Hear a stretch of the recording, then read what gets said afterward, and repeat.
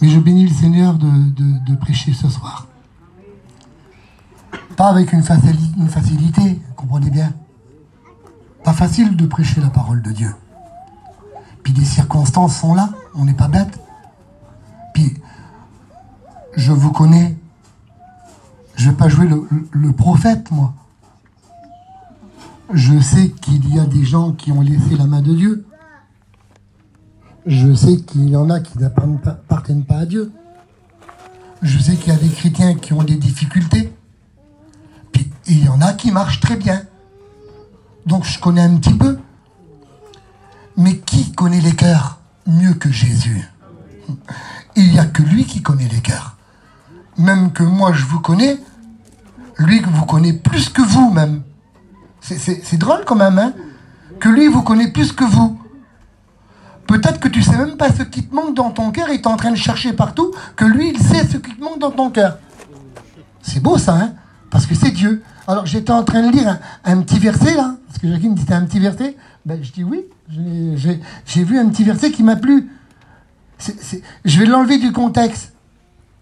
Puis je vais le mettre pour nous ce soir. C'est Jésus qui parle. Il ne peut pas se tromper, lui, quand même. Vous comprenez qu'il ne peut pas se tromper. S'il le dit, lui, c'est sûr. Il n'y a pas de doute. Alors il dit comme cela. Mais c'est ici votre heure. Je vais le répéter. C'est ici votre heure. Ça veut dire que c'est ton heure à toi de rencontrer Dieu.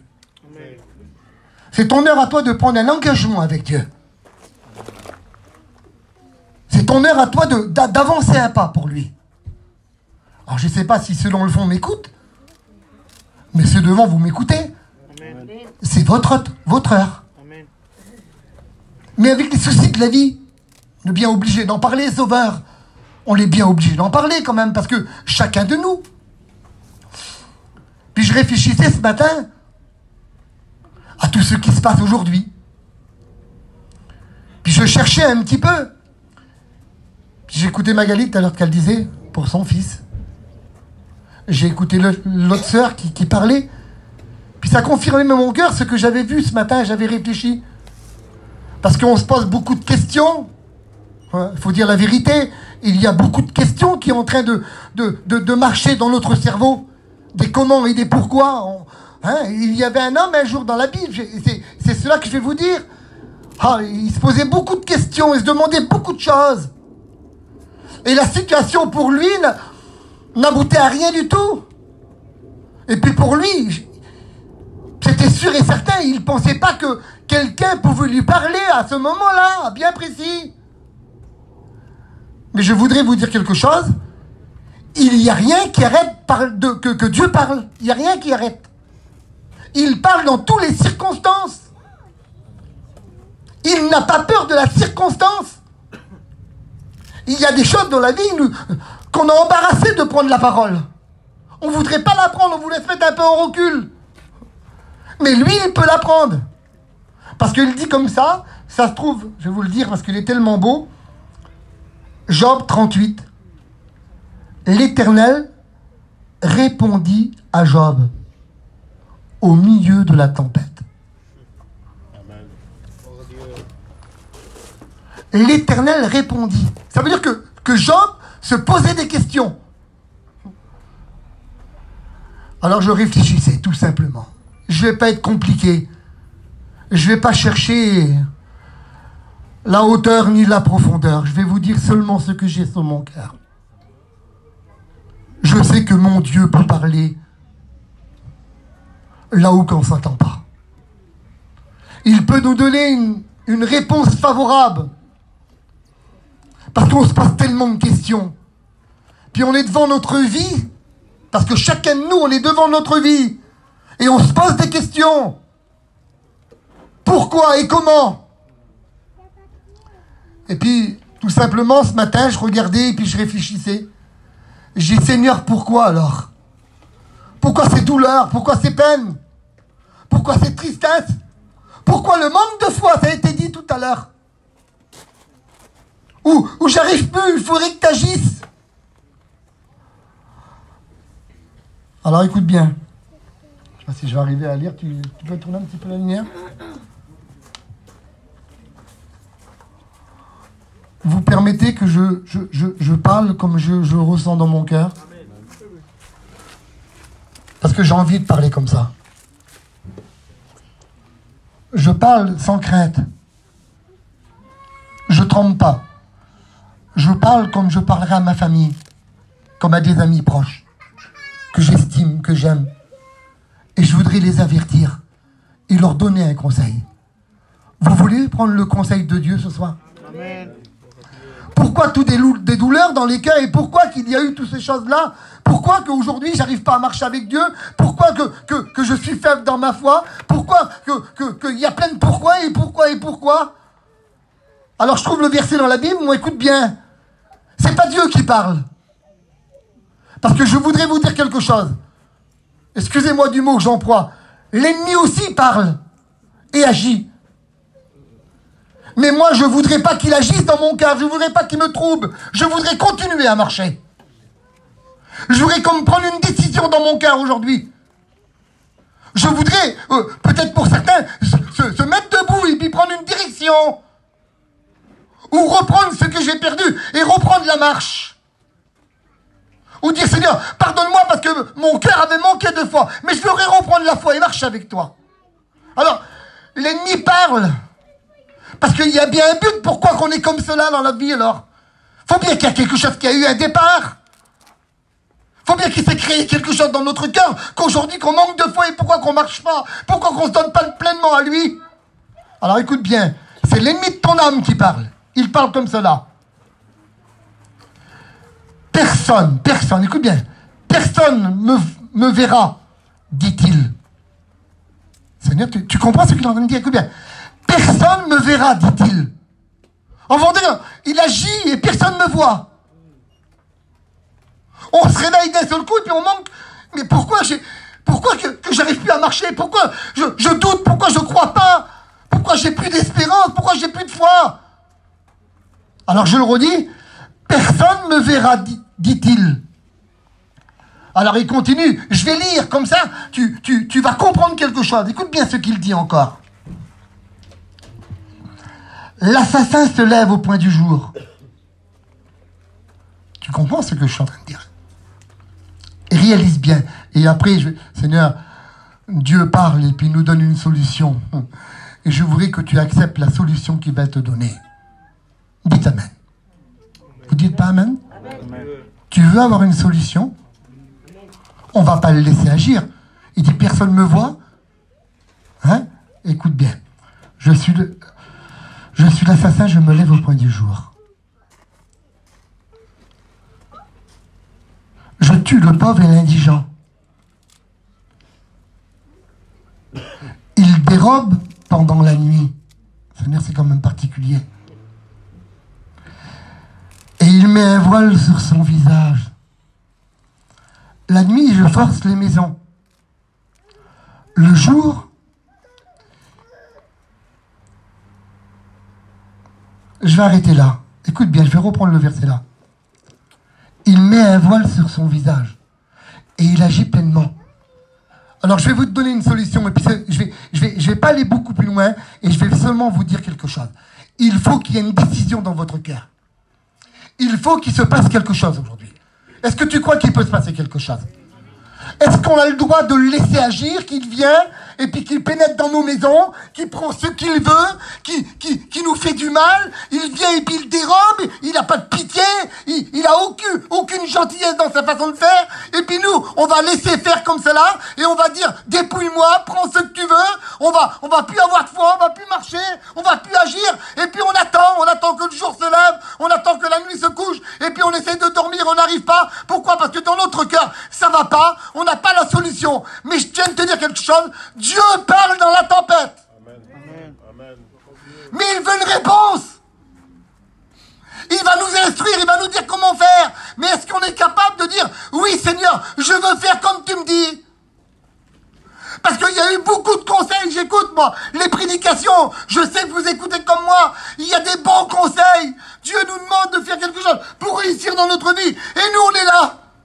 Il semblerait qu'on est indifférent à ceux que nous écoutons. Il semblerait qu'on est aveuglé. Pourquoi? Parce que l'ennemi est venu dans notre maison. Et il a saisi ce qu'il voulait saisir. Il a saisi notre espérance, notre foi, notre activité en Dieu. Il a tout saisi. Et nous, on se laisse faire. Et on subit. Et on subit. Vous n'avez pas marre de subir? Est-ce que ce serait pas bon de prendre une décision? Mais la décision, comment la prendre?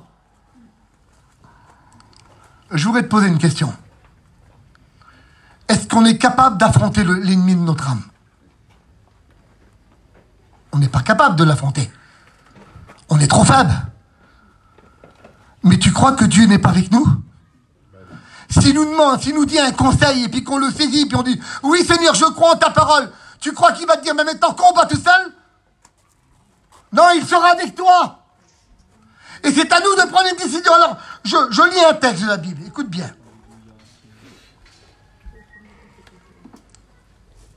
Je t'ai dit que je vais lire les textes de la Bible, comme ça je suis sûr de ne pas me tromper. Est-ce que tu veux le conseil ce soir? Est-ce que tu veux prendre une direction avec Dieu? Est-ce que tu veux l'affronter pour avoir une victoire ce soir? Est-ce que tu vas te laisser encore rouler dans la farine? Est-ce que tu vas le laisser prendre des choses et puis continuer à marcher comme ça, avec une souffrance, avec une peine, avec un remords, avec tout ce que tu veux, dans tes pensées, que tu es troublé et puis que tu n'arrives pas? Est-ce que tu vas laisser comme ça ta vie, comme ça continuellement? Est-ce que ce serait pas bon avec le conseil de Dieu? Seigneur, je veux le conseil de Dieu, mais pas seulement je veux l'écouter, je vais le mettre en pratique. Alors écoute bien le conseil. Deutéronome 20. Parce que quand il nous parle, il faut comprendre quelque chose, on va agir. Alors il dit comme ça. Lorsque tu iras à la guerre. Ah, ça veut dire qu'avant tu ne combattais pas, tu te laissais submerger par les soucis de la vie. Tu étais comme quelqu'un qui était courbé, qui n'avait plus de force d'avancer. Mais il dit là, quand tu iras à la guerre. Mais tu sais que Dieu ne nous cache rien. Le diable, lui, nous cache des choses pour qu'on puisse tomber dans les pièges. Mais il dit, écoute bien maintenant. Il dit, lorsque tu iras à la guerre,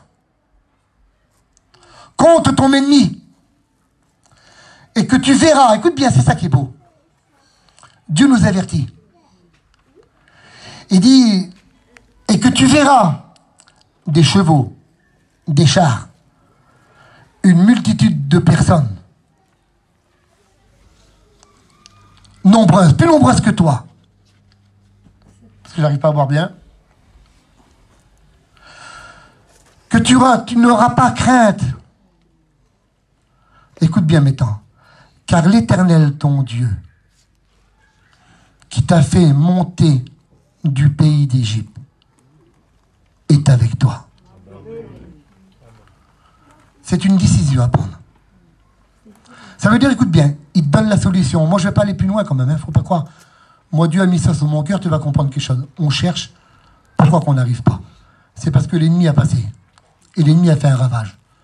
Et l'ennemi a pris. Et l'ennemi a fait mal. Et puis, il y a eu des douleurs, il y a eu toutes ces choses-là. Et puis, on ne sait pas comment s'en sortir. Mais là, Dieu te dit, maintenant, écoute bien, quand tu iras à la guerre, tu vas te présenter devant ton ennemi, là. Ils sont plus nombreux que toi. Question de char, cheval, et puis peuple, ils sont plus nombreux que toi. Mais je voudrais que tu saches quelque chose. Tu n'auras aucune crainte. Mais comment pas avoir une si grande crainte devant tout un si grand peuple qui est contre nous? C'est impossible. Mais dis, tu sais pourquoi tu n'auras pas crainte? Parce que je serai avec toi. Et je voudrais te dire quelque chose. C'est à cause de cela que je tiens debout. Tout combat que Dieu a fait, il n'a jamais perdu. Jésus n'a jamais perdu un combat. Jamais. Jamais. Vous ne trouverez pas dans la Bible que Jésus ou Dieu a perdu un combat. Il a toujours été victorieux. Et ceux qui nous demandent, il dit maintenant, si tu veux être victorieux, si tu veux te dresser devant l'ennemi qui te fait mal, si tu veux avoir de l'espoir dans ton cœur, de l'espérance, de la foi, de la certitude, plus être troublé dans ton esprit, de plus te laisser rouler dans la boue, d'avoir du mal dans ton cœur, chercher à gauche, chercher à droite, et plus rien trouver. T'as le droit de rester comme ça. Mais Dieu te dit maintenant, si tu veux te lever, prendre une décision, sache que l'ennemi est plus nombreux que toi. Mais moi, je serai avec toi. Et quand tu te présenteras devant lui, c'est ce qu'il dit après, quand tu te présenteras devant lui, je serai avec toi. Dis-moi. Je ferme la Bible. Comme ça, je ne prêche pas avec autre chose que Dieu a mis sur mon cœur. Je voudrais te poser une question. Tu veux qu'il soit avec toi? Je vais le dire plus fort parce que il semblerait qu'on n'a pas d'enthousiasme pour ce que Dieu vous dit. Tu veux combattre avec lui? Est-ce que tu veux retrouver la foi que tu avais dans ton cœur? Est-ce que tu veux trouver de l'espérance dans ton cœur? Est-ce que tu vas avoir le bonheur dans ton cœur? Je reviens sur Magali parce que ça me touche, moi, parce que moi j'ai ma fille qui est rétrograde. C'est pas parce qu'on est chrétien ou qu'on est pasteur qu'on n'a pas de soucis. Mais je voudrais dire, comme je me dis à moi, j'ai confiance en Dieu. Vous savez qu'est-ce que j'ai dit à Dieu un jour? Parce que le diable voulait me rouler à moi, hein. Malgré que j'étais un serviteur. Vous savez, il venait me dire dans mon cœur, tes enfants ne se convertiront pas. Pour les autres, ce sera possible. Mais pas pour toi. J'allais tomber dans son piège, moi. J'allais me laisser avoir, parce que ça me touchait dans mon cœur, comprenez bien. Vous savez, malgré, ça touche que c'est nous enfants, ça nous touche. Ça me faisait du mal de ne pas voir mes enfants se convertir à l'évangile. Puis ça me fait du mal, tellement mal. Et puis d'un seul coup, le Saint-Esprit, Dieu parle. Et il dit, Néné, je t'ai fait une promesse. Amen. J'ai dit que je bénirais ton foyer. Et là, dans mon cœur, il s'est passé comme un boom dans mon cœur. Et j'ai pris le verset à point, j'ai dit, Seigneur, quand j'irai au combat maintenant, et quand je verrai la multitude des gens qui se dressent devant moi, j'aurai aucune crainte, parce que je sais que tu combats avec moi. 2 mois après, mes 2 enfants sont convertis. Amen. 2 mois après, mes enfants sont convertis. J'ai ma fille qui est encore rétrograde. Mais j'ai dit, Seigneur, aujourd'hui, moi je m'occupe de ton œuvre, et toi occupe-toi de mon foyer. Amen. Tu crois que ça vaut pas le coup d'aller à la guerre? On va se laisser avoir? Vous allez vous laisser encore avoir? Par des amusements un peu de la vie, là. Par des choses éphémères, là, qui tiennent pas. Vous savez qu'est-ce qu'il a dit, le président? Fini l'abondance. Les mots du président. Quelque temps en arrière, il dit, on est en guerre. Et aujourd'hui, fini l'abondance. Vous croyez que le monde va s'arranger, vous? Vous croyez que ça va s'arranger, le monde? Vous croyez qu'on va reprendre notre vie comme avant, là? Faire comme avant? Mais non, c'est fini, ça. Ça va en empirant, en empirant. Mais je sais que mes yeux, moi, sont fixés vers Dieu. Je peux te poser une question? Tu me permets de te poser une question? Répondez-moi, Sauveur, on se connaît pas assez quand même. Je dirais, vous ne me connaissez pas. Je m'appelle Nénine, des fois, si vous ne me connaissez pas. Non, des fois, c'est bon, on ne sait pas, des fois. Vous aurez oublié. J'étais dans le petit terrain pendant des années, là. Ouais. Vous vous rappelez? Pas les jeunes, mais les anciens. Vous vous rappellerez, certainement. On était de l'autre côté de la rivière, là. Puis quand on faisait les réunions aux Caraïbes, là, en haut dans le bar. Vous vous rappelez? Hein? En haut dans le bar, on arrivait avec les serviteurs. Moi, j'étais jeune chrétien. Hein. On attendait en bas des escaliers parce qu'il fallait monter des escaliers. Puis tous les vieux de chez nous, là, enfin de chez vous, ils étaient en haut en train de jouer aux cartes. Et puis on attendait qu'ils finissent la partie de cartes et on rentrait avec les musiciens puis on faisait la petite réunion. Hein, il y en a qui se rappellent de ça. Et après, on a fait les réunions en bas. On a fait les réunions derrière, là-bas, Jackie, dans le camping. Et puis de l'autre côté, et puis en haut, on a fait de tous les côtés. Hein? Et aujourd'hui, on est là. Puis Dieu te parle encore. Quelle patience qu'il a. Quel amour qu'il a, Sauveur. Je voulais que je dise quelque chose, parce que moi, avec vous, je ne me gêne pas. Sauveur, je crois que c'est l'endroit que je me gêne le moins pour parler. Je ne crois pas que j'aurai de la patience comme lui. Mais lui, il a de la patience. Et puis ce soir, il te dit, tu veux avoir la victoire? Tu n'as pas marre d'être roulé dans la boue, là? Tu n'as pas marre?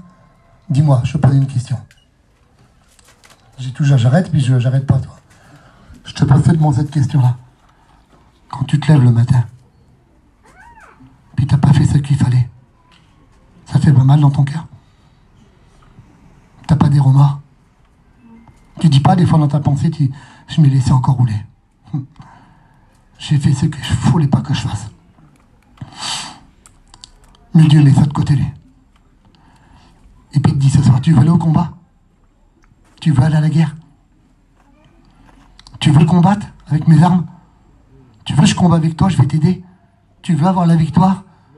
Tu veux être un homme de Dieu? Tu veux être une femme de Dieu? Tu veux avoir du résultat chez toi?